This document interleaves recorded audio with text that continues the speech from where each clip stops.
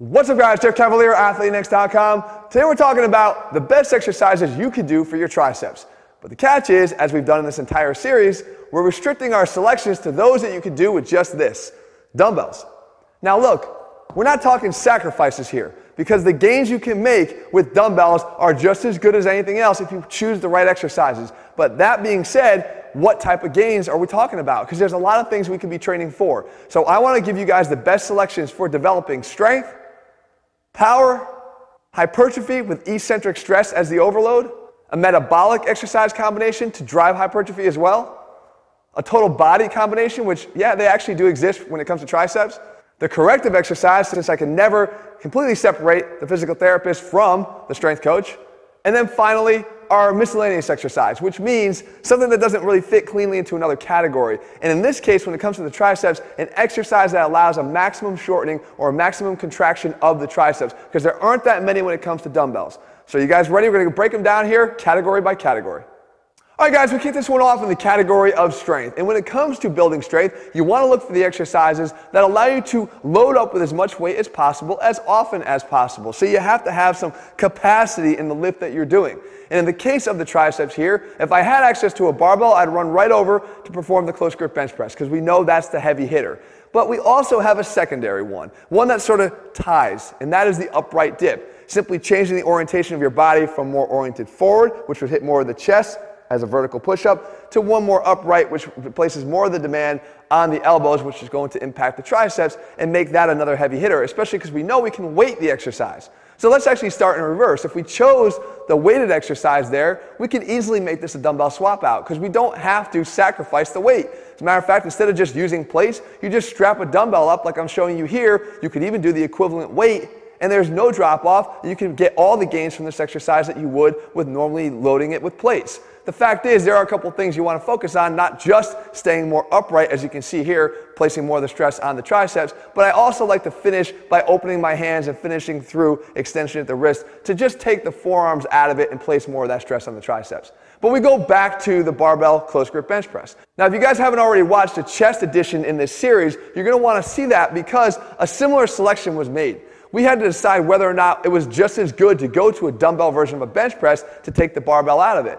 And in that case, it actually wasn't so good because of the high demands of stability on the shoulders when you make that drop off. I made the point that 300-pound bench pressers do not become 150-pound dumbbell bench pressers. But the interesting thing when it comes to the close grip bench press is there's a lot less of a significance in the trade-off because of the positioning of the elbows and what it namely does to the shoulders. When the elbows are out here, the stability demands on the shoulders are much greater than they are when the elbows come down and in for the close grip setup. In fact, it's 1.5 times less torque and stress on the shoulders and the muscles around the shoulder girdle to support that. So you'll find that when you go to make the swap to the dumbbells, you actually don't have to sacrifice very much in weight at all, which continues to make this a viable exercise selection here when you're trying to build strength without having to try to use light weights to accomplish that goal. So guys, you have two options here. I'm going to keep them tied.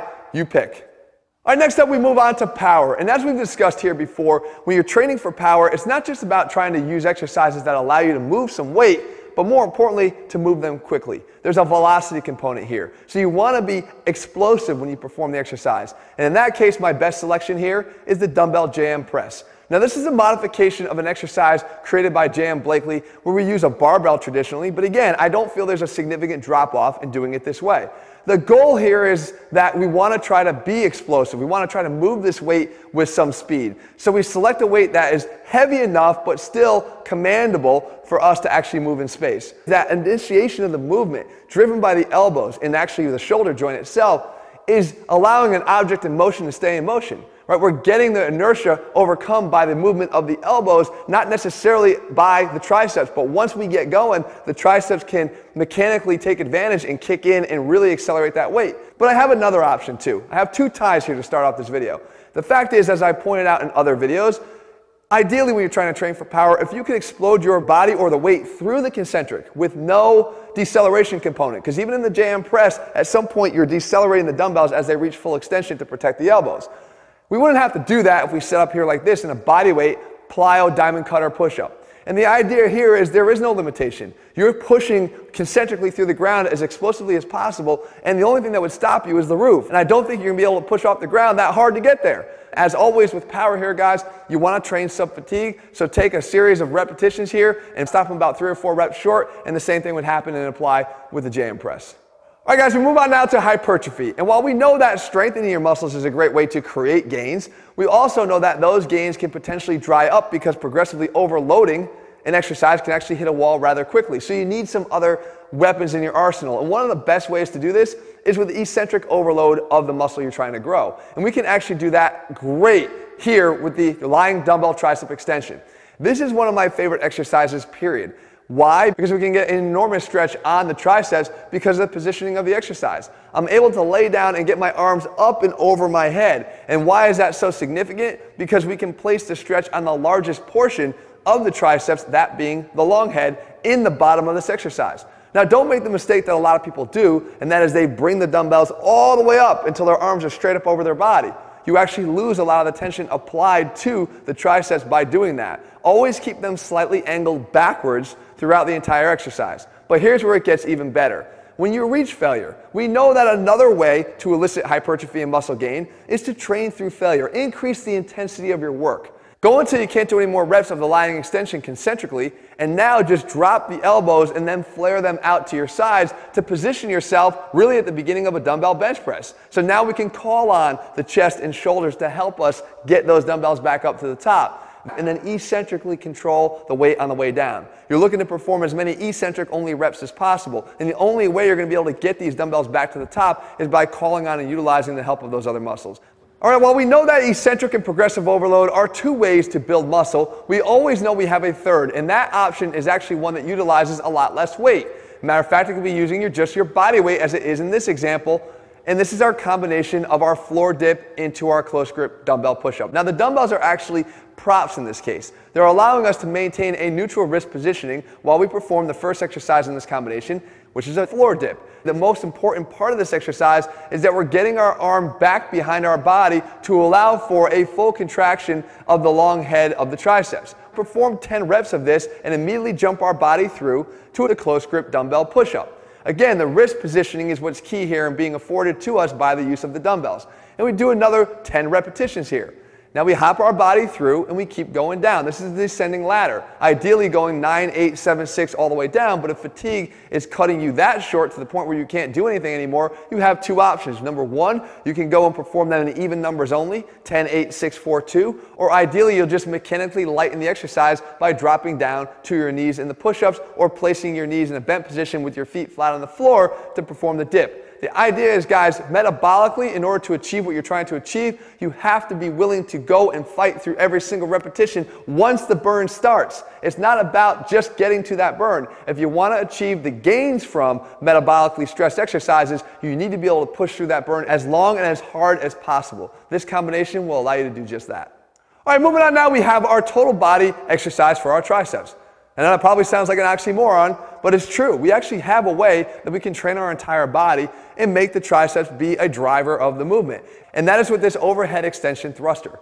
Now, you've probably tried the traditional thruster before, and you know that this exercise, while incorporating a heavy dose of the lower body, is being driven at the top of the movement by the strength and power of the shoulders. But we can extend the arms up overhead in a different way. We can let the triceps be the driver by getting our elbows out in front of our body. The additional benefit that comes from this exercise is going to demand proper thoracic extension, just like it would at the top of an overhead dumbbell squat. So you're kind of getting an additional benefit here that could fall more to the corrective, but I've got an exercise selected for that as well.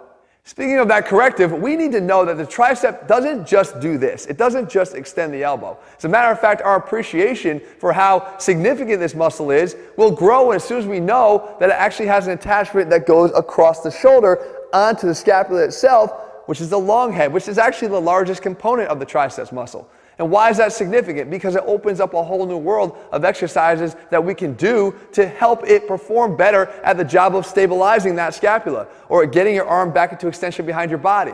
So what we have here is the dumbbell devil. And that might ring a bell because you probably heard me talk about an exercise called the angels and devils. And we know that the angel comes all the way up to the top, but we don't need to do that if we're really trying to focus the intent of this movement on the triceps. We only need to go about halfway. And you can see me laying down on my belly here and then getting the dumbbells off the floor. And for some people, that might be really, really difficult alone. Just getting that isolated extension behind the body, getting that arm lifted up. But you won't be able to necessarily handle very much weight here at all if you don't learn to incorporate the other muscles that attach to the shoulder blade too and have actions on it, and therefore integrating muscles that prefer to work together. So we always try to do here when we can. And we can do that with this devil exercise. We get the rhomboids to participate. We get the rotator cuff to actually externally rotate the shoulder to get up in position, to get those shoulders off the mat, and to keep them off as we go through this arc. Again, you won't be able to use a heavy weight here, but that's not the purpose. This is a corrective exercise meant to integrate that triceps with those other surrounding muscles of the shoulder girdle for an all-important purpose, and oftentimes an underutilized one. And last, we wrap up our selections here with our miscellaneous category, and specifically what we're trying to achieve that we maybe didn't achieve as much in the other selections, and that is getting full extension and contraction, maximal shortening of the triceps. And you might be thinking to yourself, how do we not do that? Well, any of the exercises that end with your arms out in front of your body are not doing that. The only way to achieve this is by getting that arm, as we just talked about, back behind your body into extension to get full shortening of the long head of the triceps. And here's an exercise that gets kicked to the curb far too often and is one of my favorite ways of doing this, and it's the dumbbell tricep kickback. The most important thing you can do is establish your arm in the beginning of the movement back behind your body, and then try to fight and keep it there on every single repetition. Look, I know as you start to fatigue, those arms are going to start to drift down and down and down and want to start working their way towards the front of your body. But at that point, you're going to lose one of the main benefits of what we're trying to achieve here. Similar to getting full adduction of the chest by crossing midline, you got to keep that arm up as high as possible. It might mean using lighter weights. That's okay. We're generally not that strong in that finished position anyway, but it doesn't mean that we should ignore it. You want to find an option and a way to do that, and this is my favorite way and the best way to do it.